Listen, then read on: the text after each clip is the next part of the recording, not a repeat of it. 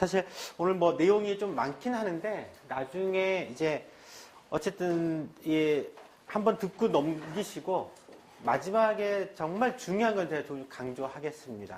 구조만 이해하시면 됩니다. 사실 어떤 사보험이든지 민간의료보험이나 이건 구조가 너무나도 명백해요. 그러니까 건강보험 구조하고 이 사보험의 구조 자체가 기본적으로 달라요. 거기에서 발생되는 문제인 거거든요, 사실. 그래서 그거 좀 설명을 나중에 좀 해드릴 거고요.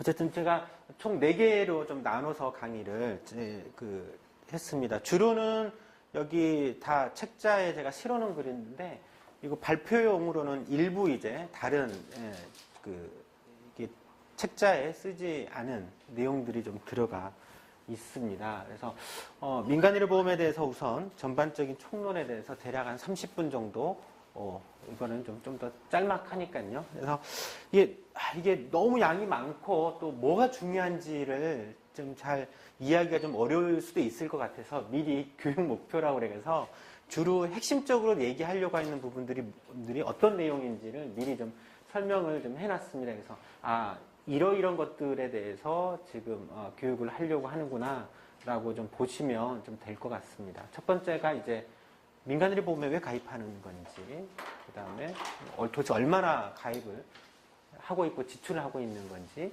이게 왜 문제가 발생이 되고 있는 건지, 또 이제 단체 보험이나 기업에서 해주는 복지들도 꽤 많은데 이건 어떤 문제를 가지고 있는지, 그리고 전반적인 보험 산업의 어떤 현황과 좀 그런 것도 좀 이해할 수 있고, 또 우리가 사보험 상품이 뭐 굉장히 복잡하긴 하는데 기본 구조가 어떤 식으로 되어 있는지를 설명을 하겠습니다. 그 내용들을 지금 첫 번째 교육에서는 좀 다뤄질 것 같습니다.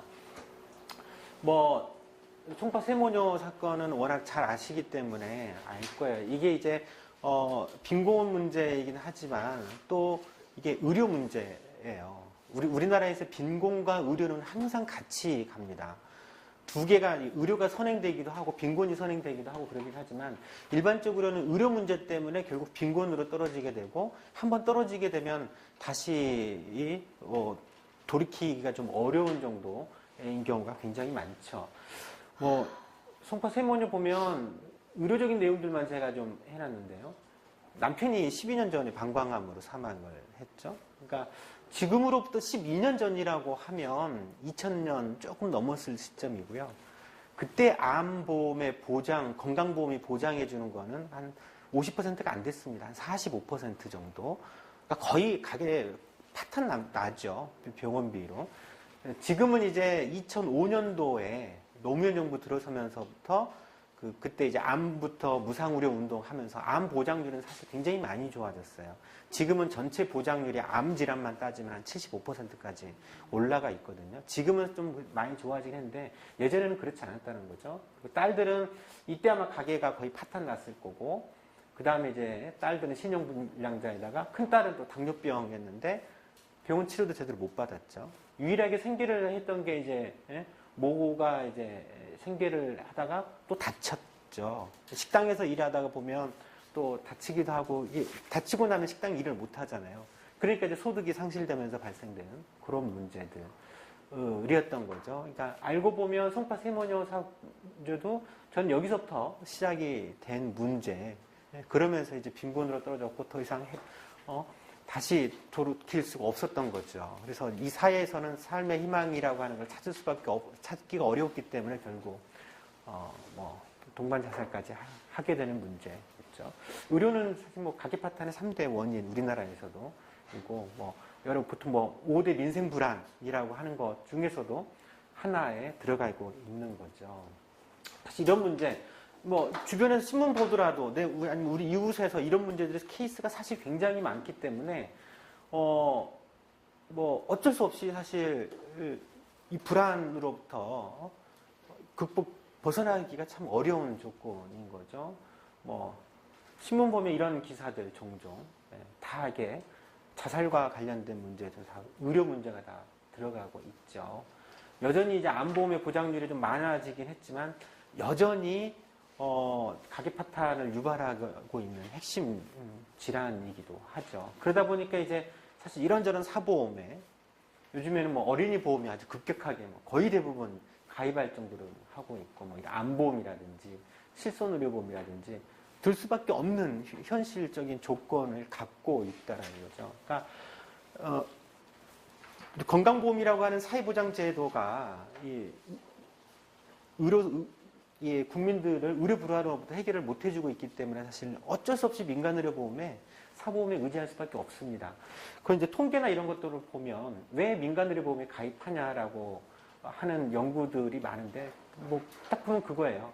건강보험 보장이 부족해서, 또 갑작스럽게 큰 병에 걸렸을 때는 경제적 부담이 굉장히 크지 않습니까? 암에 걸리게 되면 병원비도 병원비 문제지만 또 소득이 사라지게 되죠. 치료를 받아야 되기 때문에 대부분 뭐 퇴직하고 치료에 전념을 해야 되는 경우가 있기 때문에 그런 경제적 부담들, 사실 이것 때문에 다 민간의료보험에 다 가입을 하고 있는 거죠. 무슨 대단한 뭐 사보험이 대단한 고급 서비스를 해주는 거는 사실 아니지만 그것 때문에 가입하는 사람은 별로 없어요. 기본적으로 건강보험이 보험으로 이 의료 문제가 해결이 안 되기 때문에 결국 사보험에 가입할 수밖에 없다는 거죠. 이 얘기는 거꾸로 돌리면 사실 건강보험이 제 역할만 한다라고 하면 유럽의 복지국가처럼 건강보험이라고 하는 국가의 복지제도로 의료비 문제를 다 해결할 수 있다라고 하면 사실 민간의료보험 가입 이유는 적지 않게 사라질 거라고는 생각을 좀 하고요. 그래서 이렇게 가입을 어쩔 수 없이 하고 있는데 그럼 얼마나 지금 가입을 하고 있느냐, 뭐 몇 개 통계들이 있습니다. 가입 가구 현황 보면 이제 의료 패널이라고 하는 자료를 보면은요, 2008년도에 보면 전체 가구의 한 75%가 민간의료보험에 가입을 하고 있습니다. 가구당 2008년도에는 평균 한 3개가 넘었고요. 2010년으로 넘어오면서부터는 3.8개로 더 늘어났죠. 가구당 월 평균도 20만 원에서 23만 원으로 더 늘어나고 있습니다. 가구당 20만 원 정도, 이 평균이니까요. 가구당 평균 20만 원이라고 하면 여기서 그냥 아주 간단하게 그러면 도대체 민간의료보험의 전체 규모가 어느 정도인지 알 수 있어요. 여기는 이제 1인 가구는 제외하고 2인 가구 이상을 대상으로 하기 때문에 우리나라 2인 가구가 대략 한 1,400만 가구 정도 돼요. 그리고 1인 가구가 제가 알기로 한 700만 가구인가 이 정도 될 거란 말이죠. 그건 빼고 2인 가구 1,400만 가구가 월 가구당 평균 20만 원씩 낸다. 1년이니까 12달 곱해 보십시오. 계산기 두드리면 대략 33조 정도가 나옵니다. 33조. 그래서 이때 이제 강성욱 교수라고 하는 대구 카톨릭대 교수가 이걸 이용해서 이미 추정을 했었어요. 그때 33.4조로 추정을 했었죠. 지금은 이제 이게 거의 매년 사보험 지출이 전체 규모가 연 7%에서 8%씩 증가하고 있어요. 그렇다 보면 지금은 대략 거의 40조 내외 정도는 될 거다라고 추정을 할 수 있고, 그리고 이제 민간의료보험을 이제 소득별로 이때 이제 나누어서 어느 정도 현황을 좀 나온 자료가 있는데 보시면 2010년도 기준을 볼까요? 소득 수준에 따라서 이제 저소득층, 중산층 이상 소득자의 민간의료보험 가입 개수와 비교를 해보시면 2천만 원 미만 가구들은 겨우 1개, 2개 정도만 가구당 가입하고 있죠. 근데 이제 4천만 원 이상이면 5개, 6개 가입하고 있습니다. 평균은 20만 원, 23만 원이지만 4천만 원, 5천만 원 정도 연소득 이 정도는 보통 일반적으로 우리가 중산층 정도라고 본다라고 하면 다 5개, 6개씩 기본 가입하고 있고 월 30만 원에서 40만 원 평균적으로 지출을 하고 있어요. 그러니까 주변에서도 보더라도 이렇게 지출하는 게 일반적인 현황인 것 같아요. 대충 보면 보험 하나당 6636, 한 6만 원에서 한 7만 원 정도 보험 한 개당 가입하는 걸로 알려져 가입하고 있다는 걸 알 수가 있고요. 보시면 왜 5개, 6개 가구당 건강보험은 하나만 되는데 가장만 건강보험에 가입하면 되는데 민간의료는 다 개별적으로 가입을 해야 되잖아요. 따로따로 다 가입을 해야 된단 말이죠. 4인 가구라고 하면 예를 들어서 나 암보험 가입하고 와이프 암보험, 나 실손보험, 와이프 실손보험, 애 둘 키우면 어린이 보험 각각 하나씩 기본 6개가 사실 되는 거거든요. 근데 그러다 보니까 이렇게 많이 지출을 하게 되고 보험 하나당 6만 원, 7만 원씩이라고 하면 평균 40만 원에 이르는 이런 분들은 어찌됐든 뭐 충분히 대비는 하고 있죠. 건강보험이 보장이 안 되기 때문에 월 30만 원, 40만 원씩 쏟아부어서 이 의료 불안으로부터 해결을 하려고 하고 있는 상황이라는 거죠. 굉장히 지출을 많이 하고 있는데 문제는 그거예요. 소득별 소득 격차도 문제지만 저소득층은 도대체 어떻게 하라는 거냐. 소득이 없으니까 가입하고 누구는 이렇게 가입 안 하고 싶겠습니까? 그렇죠? 근데 저소득층은 소득이 없기 때문에 가입을 하고 싶어도 하기가 좀 어려운 조건에서 이런 민간의료보험이 갖고 있는 양극화 현상도 좀 유발하게 되는 거고요. 문제는 그러면 이렇게 많이 쏟아붓고 있는데 어찌됐든 이게 과연 합리적일까라는 걸 생각을 해봐야 되는데 이 그래프, 이 표는요, 이 건강보험공단에서 올 초에 나온 표인데 핵심이 이거예요. 민간의료보험의 문제를 알려주는 핵심은 사실 이 표입니다.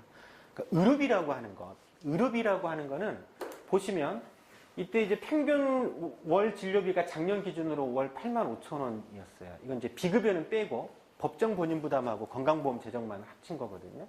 그러니까 뭐 85,000, 월 평균 85,000원이니까 총 규모는 그냥 단순하게 뭐 인구 5천만 명 곱하기 12개월 하면 총 진료비 수준이 계산하겠죠. 어쨌든 평균이 이 정도인데 연령에 따라서 의료비 지출이라고 하는 거는 가장 결정적으로 영향을 미치는 요인은 연령입니다.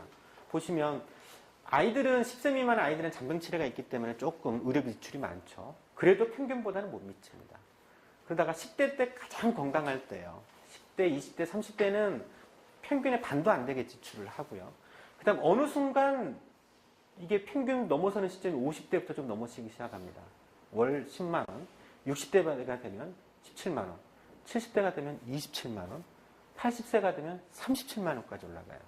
그러니까 의료비라고 하는 거는 결국 보면 사실 노후 때 다 지출을 해요. 노후. 그러니까 우리가 가계 파탄이 나는 경우라고 하더라도 주로는 병원비가 많이 나오는 경우는 주로 물론 이제 젊은 사람들이 일부 병이 생기긴 생기니까 암도 생기고 큰 병도 종종 생기기 때문에 그렇긴 하지만 확률적으로 보면 굉장히 적어요. 그러니까 대부분은 노후 때 생겨요. 예전에 제가 그 연말 환급액을 한번 받은 적이 있었는데 그때 우리 집이 총 그 쓴 본인 부담으로 1,900만 원을 썼어요. 근데 그때 하필 어머니가 대장암에 걸리셨거든요. 어머니가 대장암에 걸리셔서 서울에 올라가지고 계속 치료받고 그러면서 한 본인 부담에 1,000만 원 정도 나오더라고요. 근데 이제 아버지가 시골에 계시는데 혼자서만 계시니까 자식들은 다 서울에 살고 그러니까 시골에서 제 고향이 전라도 한평이에요. 한평에서 아버지 혼자 있으니까 걱정되지 잘 못 챙겨 먹지 술만 계속 드신 거라. 근데 그러다 보니까 이제 간에 고름집이 잡혔어요. 또 어쩔 수 없이 서울에 올라가지고 또 치료를 했네. 거기서 본인 부담이 한 700만 원이 나오더라고요. 그다음 나머지 200만 원은 이제 누가 썼냐면 애들 사탕 먹고 애 키우니까 이빨 썩어가지고 금리는 못 해주고 은리로 몇 개씩 한 게 그게 한 180만 원 정도 들어갔고 나머지 겨우 20만 원으로 나와 와이프가 이제 간단하게 이제 제가 종기나 이런 게 잘생겨서 그런 본인 부담이었던 거예요. 그러니까 그거 보니까 딱 맞은 거예요. 그러니까 의료비 부분은 대부분 노후 세대, 어르신 세대에 쓴단 말이죠. 그나마 저는 제가 의사이기 때문에 어느 정도 1,900만 원 이 정도 되는 본인 부담을 커버해 줄 수 있었지만 서민들 만만치 않습니다. 그래서 사실 치료를 포기하거나 적게 치료하고 조금만 치료하다 말거나 이런 경우가 상당히 많거든요. 의료비라고 하는 건 핵심 이겁니다. 여기에서 발생돼요. 그러니까 이 문제를 과연 어떻게 해결할 거냐. 이게 사실 핵심이거든요. 이거를 해결하는 방식이 건강보험이 해결하는 방식하고 사보험이 해결하는 방식이 전혀 다르다는 거예요. 그래서 아까 앞에서 제가 30 몇 조 그렇게 엄청나게 가구당 20만 원씩 지출한다라고 했는데 그럼 이거를 이 민간의료보험 데이터를 연령별로 어떻게 내고 있냐를 봤더니 보십시오. 30대, 40대가 민간의료보험의 대부분을 가입하고 있어요. 이때 이제 2008년도에 33조로 추정한 거를 연령별로 한 거거든요. 그래서 이제 연령별로 30대가 한 8조 5천억, 40대가 9조 5천억 정도. 그러니까 둘이 절반 이상을 지출을 하고 있고요. 그 다음 50대가 그 다음 지출하고 있고, 아이들이 좀 지출하고 있고. 근데 60세 이상에서는 민간의료보험 지출이 거의 없어요. 그러니까 이때는 거의 가입 못하고 있다는 거죠. 대부분 가입하려고 해도 60세 이상에서는 잘 받아주지도 않아요. 요즘에는 몇 개 좀 늘어나긴 했지만 그렇더라도 받아주지를 않거든요. 보험료도 비싸고. 근데 문제는 앞에서 보셨다시피 의료비 지출은 본격적으로 지출하는 건 60세 이상부터 지출하게 됩니다. 근데 사보험은 대부분 지금 사보험에 지금 민간의료보험에 가입하고 있는 거는 젊고 건강한 30, 40대가 가입하고 있는 거예요. 그러니까 만일에 이게 건강보험의 구조라고 하면 이게 맞죠. 그러니까 30대, 40대, 50대가 주로 소득이 있으니까 이때 주로 건강보험료를 내죠. 그렇죠? 근데 건강보험은 보험료 부과는 소득에 따라서 내지만 이용하는 혜택은 필요에 따라서 받거든요. 주로 아이들이 이용을 하죠. 그러니까 건강보험 구조에서는 내는 사람하고 혜택을 받는 사람하고 달라요. 받는 혜택은, 의료 혜택은 이런 식으로 돼 있거든요. 재원은 여기서 주로 나오지만 이런 식으로. 그러니까 집에서 가장이 돈을 벌어오면 그 돈은 가장 혼자 씁니까? 내가 벌었으니까 내가 다 쓸 거야. 그러진 않잖아요. 자식들 키우는데 예, 학원비도 들어가고 이것저것 보육비도 들어가고 키우고 부모님도 여유가 있으면 용돈도 드리고 또 먹는데도 같이 쓰는 거잖아요. 그게 건강보험 구조인 거죠. 근데 사보험 구조는 그렇지가 않아요. 오직 가입한 나만 혜택을 볼 수 있는 거예요. 그러니까 가입한 그 순간에만 혜택을 볼 수가 있는 구조라는 거죠. 그래서 민간의료보험은 아무리 지금 굉장히 많이 쏟아붓고 있는데도 불구하고 실제 의료의 공백을 해결을 못해요. 근본적으로 못하고 있어요. 물론 이제 이게 노후까지 계속 보험을 유지하면 되는 거 아니냐라고 할 수 있겠죠. 근데 그게 과연 실제 가능하고 있는지도 이후에 좀 보도록 하겠습니다. 근데 이제 또 다른 문제는 민간의료보험은요. 여기서 많이 가입하신 분도 있을 거고 또 해약해 보신 분도 있겠죠. 많이 해약하거든요. 그러니까 실제 보면 어떤 보험이든지요. 5년이 지나면 절반 가까이는 해약합니다. 실제 지금 통계로 나와 있어요. 이 통계는 이제 보험회사 통계예요. 보험회사 자체 연구한 통계가 5년 지나면 제일 유지율이 5년 지나면 암보험이 그나마 한 55% 유지하고 있어요. 5년 지나면 암보험 한 45%만 해약한다는 거죠. 나머지 종신보험 반이 해약합니다. 뭐 변액연금 이런 것들은 뭐 5년 지나면 3분의 2가 해약해버려요. 그리고 실손의료보험 역시도 이것도 정부 자료인데 5년 지났더니 한 반 정도 해약하죠. 그러니까 만기까지 유지할 확률은요. 어떤 보험이든지 보통 보험에 가입하면 최소 10년 혹은 20년 이상씩 보험료를 내야 되잖아요. 제대로 끝까지 보험을 유지하는 경우는 많지는 않아요. 대충 봐도 한 3분의 1, 30% 정도밖에 안 돼. 대부분 해약해. 그리고 또 가입하죠. 또 뭐 그런 게 문제가 되는데 왜 이렇게 해약하느냐라고 보면 제대로 연구는 안 돼 있는데 뭐 기사 검색에서 하나 찾은 게 이제 여론조사식으로 해가지고 여기서 조사했던데 해약한 이유의 절반 이상이 생활자금이 부족하고 보험료가 너무 비싸다 이런 거였어요. 그러니까 살다 보면 빠듯하잖아요, 진짜. 빠듯하고 그런 불안 때문에 사실 보험에 가입했는데 살다 보면 애가 크면 갑자기 학원비가 많이 들어가기 시작하고 또 갑자기 부모님이 큰 병에 앓으셔서 본인 부담으로 몇백만 원 나간단 말이죠. 당장 조달을 못하잖아요. 그러면 어떻게 해요? 보통. 그 이제 약관 대출을 받으라고 하는데 보통은 보험에서 보험을 해약함으로써 해결하는 경우가 많아요. 그런 측면들이 있기 때문에 이게 이제 대표적으로 지속 가능성 문제인 거예요. 그러니까 30대, 40대 그렇게 많이 쏟아붓고 있더라도 이걸 끝까지 유지하면 노후까지 쫙 끌고 가면 되겠네라고 하지만 실제로는 5년 지나면 절반 이상이 해약하고 만기까지 유지할 확률은 실제로는 얼마 안 된다라는 것이 이건 통계에서 보여져요.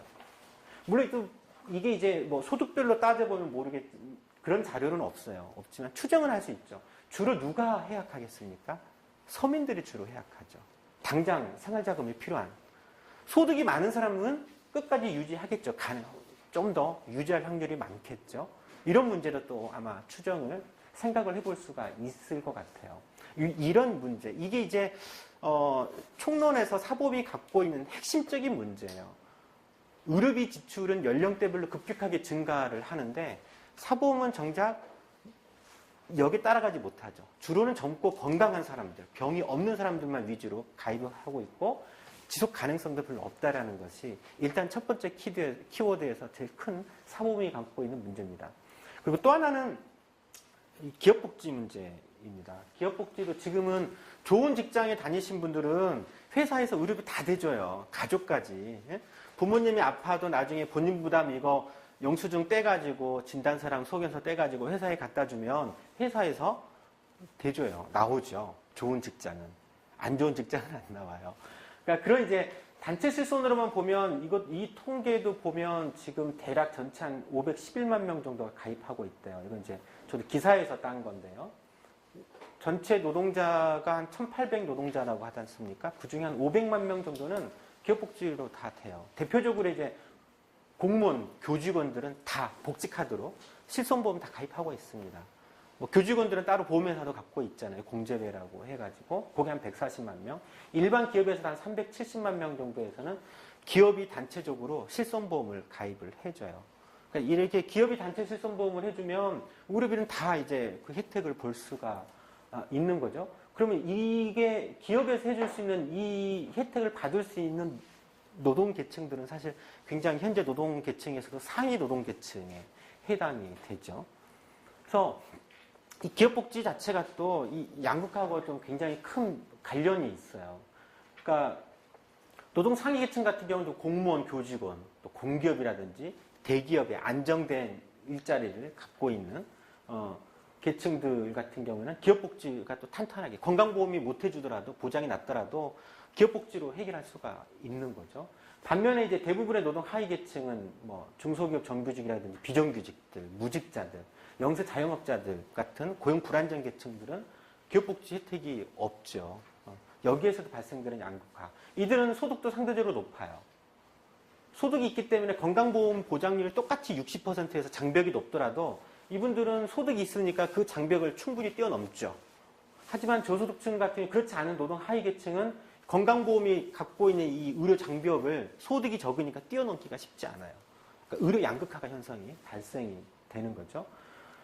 그리고 노동 상위계층은 소득이 있으니까 또 사보험으로 또 아까 앞에서 봤듯이 굉장히 30~40만 원씩 가입을 해서 2중, 3중으로 안정망을 어느 정도 갖고 있죠. 그래서 이제 필요한 만큼 이용을 하고 있지만 노동 하위계층은 그렇지 못하는 문제들도 있어요. 굉장히 그래서 이제 이 문제를 어떻게 해결할 거냐. 그래서 이걸 해결하려고 하면 지금 많은 이제 저기 민주노조 진영에서는 주로는 이제 임금 인상이라든지 기업복지 투쟁들을 사실 많이 하는데 그거보다는 사회 전체가 혜택을 볼 수 있는 사회복지 투쟁들을 해야 돼요.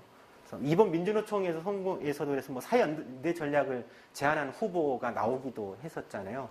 당선되지는 못했지만 그게 이런 맥락에서 갖고 있는 거예요. 그래서 기업복지가 아니라 사회복지를 확대시키는 전 국민 혜택을 볼 수 있는 이 투쟁에 해야 된다라고 하는 고민이 이런 맥락에서 발생이 되는 거죠. 그래서 이거를 민간보험이나 사보험이나 기업복지 방식으로 해결을 하게 되면 오히려 양극화가 더 발생이 되는 측면들이 있기 때문에 아니 내가 고용이 안정되든 불안정하든 소득이 많든 적든 이런 거하고 무관하게 모든 국민들이 차별 없이 자기에게 필요한 의료 서비스는 이용할 수가 있는 방식을 찾아야 되겠죠. 그거는 결국에는 건강보험 같은 사회복지, 사회보장 제도를 강화시키는 방식밖에 없는 거고 그런 게 이제 모든 국민 간의 또 사회연대 의식을 강화시킬 수 있는 방안이기도 하다라고 좀 생각이 좀 듭니다. 또 이제 기업복지의 여러 맥락은 또 있는데요. 이게 당장은 좋아요. 당장은 좋지만 문제는 고용이 유지하는 조건에서만 기업복지는 돼요. 퇴직하는 순간 끝이죠. 근데 퇴직은 대부분 60세 정도에서 퇴직을 하는데 아까 보셨죠? 의료비는 사실 60세 이후에 본격적으로 증가해요. 그러니까 고용이 유지하는 순간에는 의료비 질이 건강하기 때문에 실제 뭐 기업복지 혜택이라고 하는 것이 크지 않아. 사실은요. 그 이유가 정작 사실은 더 크다라는 거고요. 또 자본의 입장에서 보면 기업복지로 해주면 비용이 들어가기는 하더라도요. 이 비용 생각보다 안 들어가요. 만일에 사회복지를 확대했을 때 자본이 부담해야 될 비용보다 기업복지 비용 부담이 훨씬 적어요.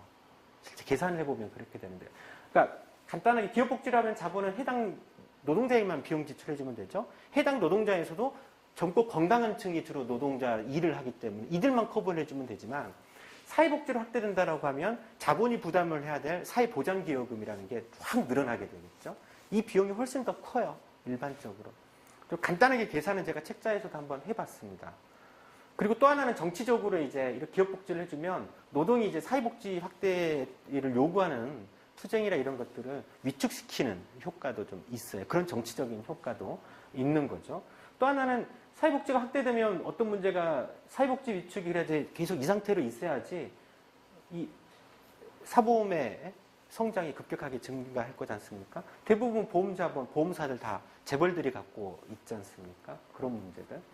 뭐 이런 문제들을 좀 제가 기업복지까지 설명을 좀 드렸고 이제는 좀 전반적으로 보험산업 그러면 총구명 우리가 주로 얘기하려고 하는 민간의료보험이긴 하지만 보험회사 전체 현황도 어느 정도인지를 좀 감은 좀 갖고 계셔야 될 것 같아요.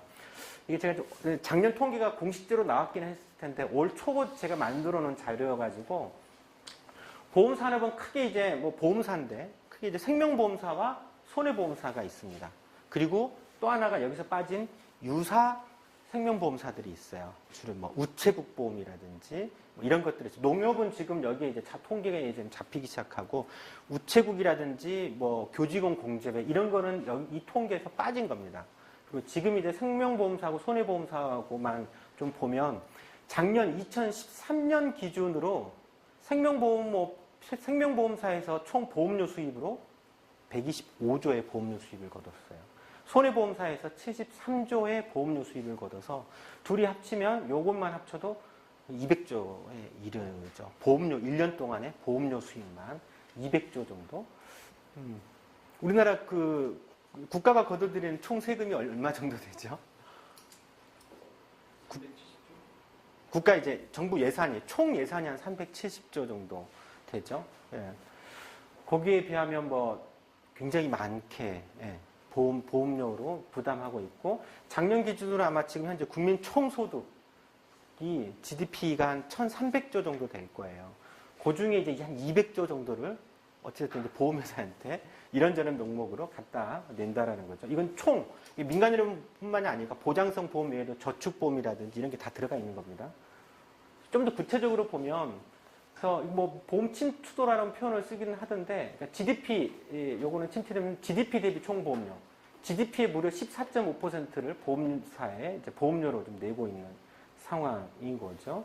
보험 밀도로 보면 1인당 계산을 해보면 1인당 단위가 1,000원이니까 1인당 1년에 평균적으로 대략 390만 원 정도를 1년에 390만 원 정도를 이제 이런저런 명목으로 보험료로 지금은 국민들이 부담을 하고 있는 상황인 거죠. 굉장히 많이 내고 있습니다.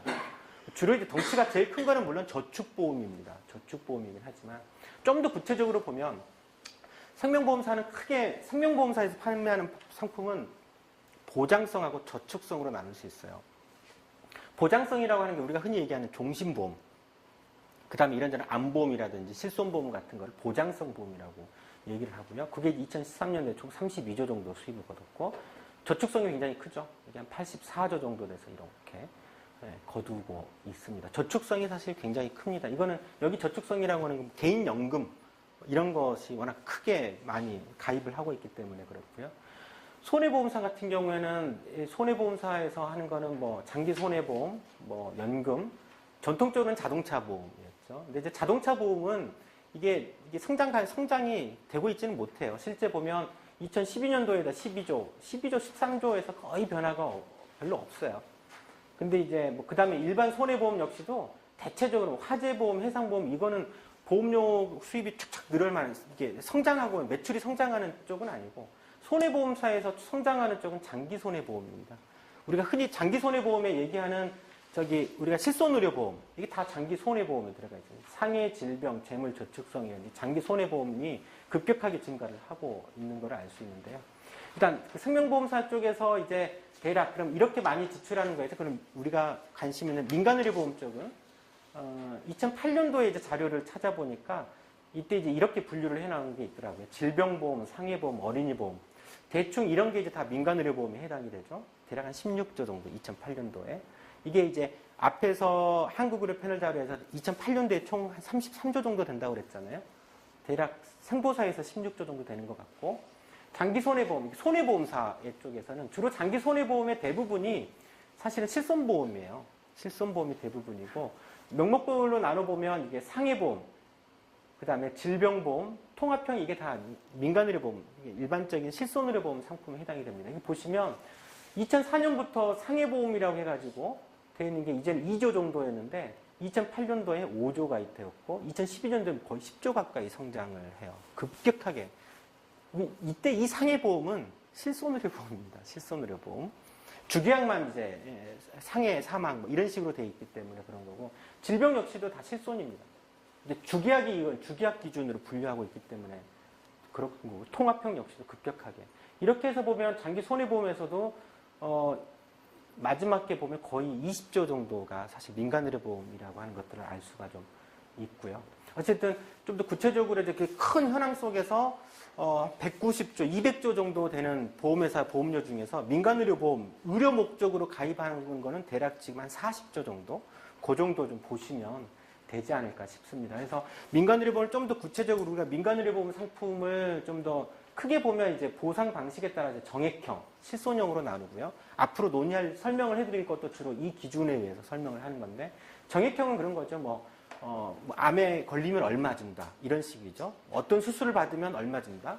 그 다음에 뭐 하루 입원할 때마다 얼마씩 준다라고 하는 이런 식으로 되는 정액형 보험.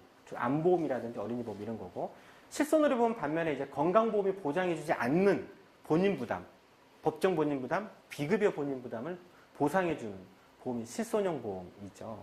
그래서 이 실손형 보험은 건강보험, 정액형은요, 그래서 건강보험하고는 아무런 상관이 없습니다. 건강보험 보장을 높이든 낮추든 정액보험 상관없어요. 아무리 100% 무상의료를 하더라도 뭐 자기가 필요할 때 의료 이용을 해서 암에 진단되면 그냥 똑같이 4천만 원, 5천만 원 받는 상품이기 때문에 기본적으로 건강보험하고는 보장하고 무관해요.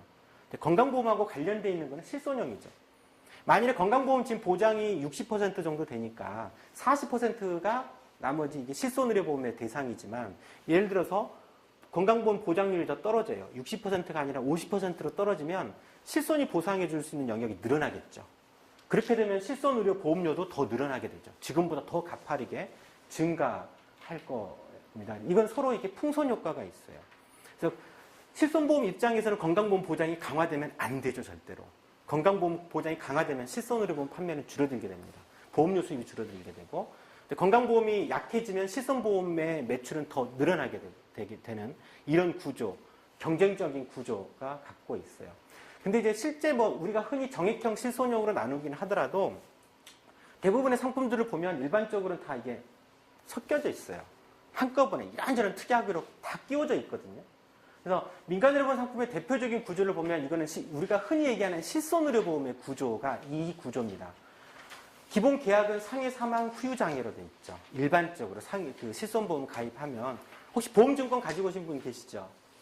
나중에 이제 제가 설명을 좀 해드릴 텐데, 실손의료보험 기본 계약은 다 이렇게 돼 있어요. 기본 계약은 이렇게 돼 있고, 특약이 뭐 수십 가지가 들어가 있죠. 그래서 실손보상이 대표적으로 이게 입원과 통원 의료를 해주는 이게 이제 실비보험이라고 하고 특약으로 들어가고 있고, 그 이외에도 실손의료보험이라고 우리가 가입하지만 실제로는 뭐 이런 이제 정액형 보상이 각각에 다 들어가 있어요. 이런 구조. 나중에 예로 들어서도 설명을 해드리겠습니다. 그런데 이게 우리가 그랬을 때 이렇게 복잡하게 상품이 구성되어 있는데, 그 보험 상품은 그러면 소속이 어디냐?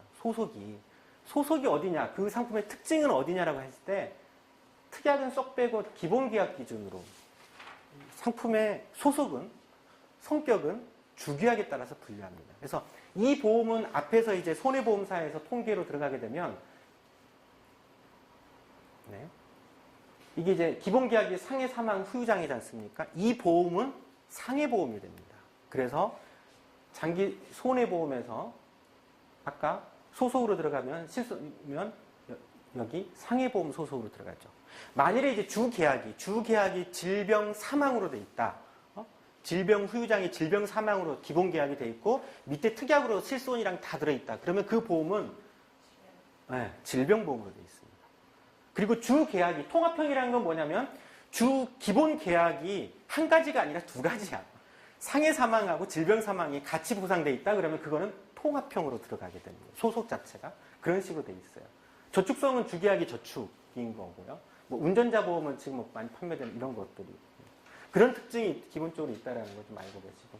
그래서 실제 이제 이렇게 그 보험사가 대표적으로 삼성생명에서 보험 상품 종류를 쫙 보면 여기서 보험 상품 클릭해가지고 딱 나오면 다 그런 겁니다. 이거는 이제 사망보험, 이제 의료비 보험이죠. 뭐 사업 상조보험 같은 경우고, 또 사망을 보장하는 이게 다 종신보험들이고, 뭐 요즘은 가족 통합형으로도 굉장히 많이 나오죠. 건강상해 이게 전부 다 뭐 암보험 뭐 해가지고 전부 다 민간의료보험. 이것도 민간의료보험, 어린이보험, 민간의료보험 이런 거예요. 실제로 보면 보험회사들이 판매되는 주 보험 상품은 요즘에는 민간의료보험이 굉장히 많습니다. 손해보험 역시도 마찬가지예요. 손해보험 상품을 딱 구별해 보면 이건 이제 자동차 보험, 있고 자녀 건강보험이 이게 다 민간의료보험 해당이 되죠. 연금저축보험은 이건 저축보험으로 소속이 들어가게 되는 거고 여행자 보험이고 노후 간병 역시도 마찬가지죠. 이것도 민간의료보험이고 뭐 일부 화재보험 파는 거라든지 다른 방카수라든지 TM 방식으로 판매되는 것도 대체적으로 민간의료보험 상품들이 굉장히 많습니다. 몇 가지 중요한 키워드 다시 이제 앞에서 교육 목표로 보면 왜 민간의료보험에 가입하고 있는지라고 하는 부분 어느 정도 이해하시겠죠? 얼마나 지금 민간의료보험에 가입을 하고 있는 건지 그리고 이게 연령별 의료비 지출 현황을 보면 왜 민간의료보험하고 불일치가 발생이 되는지 이게 사실 핵심적인 겁니다. 그게 가장 큰 문제점이죠. 기업복지가 어떤 문제들도 갖고 있는지 전반적으로 보험산업 현황 속에서 민간의료보험이 어떻게 구체적으로 지출되고 있고 또 민간의료보험 상품 구조가 일반적으로 어떤 방식으로 이루어져 있는지를 설명을 좀 했습니다. 여기에 대해서 혹시 좀 궁금하시거나 이런 부분 있으면 아까 자료 예. 기업복지 해량서 하면서 네. 그거 500만 하면 그 속에 가족도 다 포함돼서 그런 겁니까? 가족이 포함되는 경우가 있고요. 포함이 안 되는 경우 있습니다. 예를 들면 삼성 같은 경우에는 가족까지 실손보험 가입해줘요. 여기 삼성 같은데 이제 삼성의 복지 혜택 이렇게 검색해가지고 하면 가족까지도 같이 해주고요. 이거는 이제 사실 단체 실손보험으로만 제가 얘기를 한 거였거든요. 단체 실손으로만. 좀 궁금한 건 예. 아까 거기 잘 보였어요.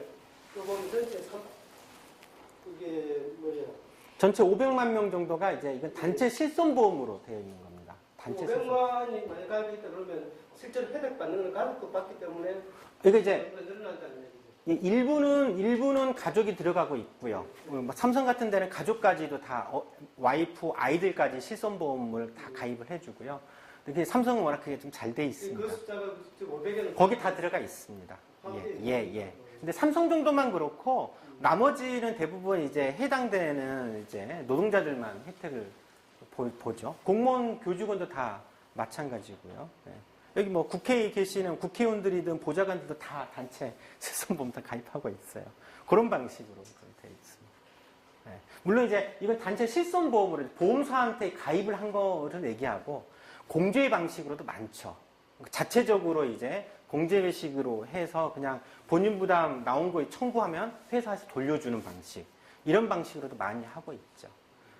지금 국민들이 네. 실손을 지금 한보다 그렇게 한다는 예. 실손은 예. 중복 보상이 안 되기 때문에 그렇죠. 지금 기업의 실손은 중복으로 지금 들어가고 있잖아요. 예, 이게 좀 문제가 돼요. 그러니까 회사에서는 거의 의무적으로 하니까 혜택은 주는데 그래놓고 이걸 모르고 따로 실손보험 가입하지 않습니까? 그러면 나중에 청구하게 되면 실손보험사에서는 당연히 기업에서도 받는 거니까 단체 실손 가입돼 있으니까 반씩 줘요. 반만 주죠. 네. 중복 보상이 안 돼서 반씩만 혜택이 주는 거죠. 그런데 왜 그 화면 그런 데서는 네. 안 나타나요? 우리 본인 예를 들어서 삼성에다가 제가 실손을 이제 가입을 했어요. 네네. 그리고 다른 사에다가 다시 실손을 넣으려고 하면 네. 넣어져 있다고 해가지고 안 받아주잖아요. 그렇죠. 예. 그런데 저기 그 기업에 실손 들어간 것은 나타나지가 않아요. 않아요. 그걸 그렇게 하려고 하면 이제 기업에서 단체 실손을 대상을 연계가 돼야 되잖아요. 자료가. 지금 그게 연계가 안 되고 있고, 그럼 기사에서도 문제제기 나왔는데 금융위원회에서도 이거는 별로 방법이 없다. 이런 식으로 나오더라고요. 그래서 그럼 보험료를 뭐 깎아주든가 뭐 그런 게 있어야 되는 거 아닙니까? 그렇죠. 근데 그런 건 없죠. 그래서 이게 좀 기업에서의 좀 중복 가입들이 적지 않은 걸로 돼 있어요. 그 금융 감독원하고 이제 그 정부하고의 문제겠네요. 그렇죠. 예. 어쨌든 그게 이제 또 보험회사하고 이해관계가 있기 때문에 아무래도 금융감독원은 거의 보험회사 쪽에 의해서 좌지우지되는 경우가 많습니다. 금융감독원이라고 하는 조직 자체가 거의 민간기구예요, 사실. 거기서 나오는 재원들이 어디서 나오냐면 제가 정확하게 기억나지 않는데 거의 한 80%는 은행이나 증권, 보험회사가 거기에서 이제 돈을 각출해서요, 금융감독위원회 비용으로 조달을 해요. 그런 문제들이 좀 있죠.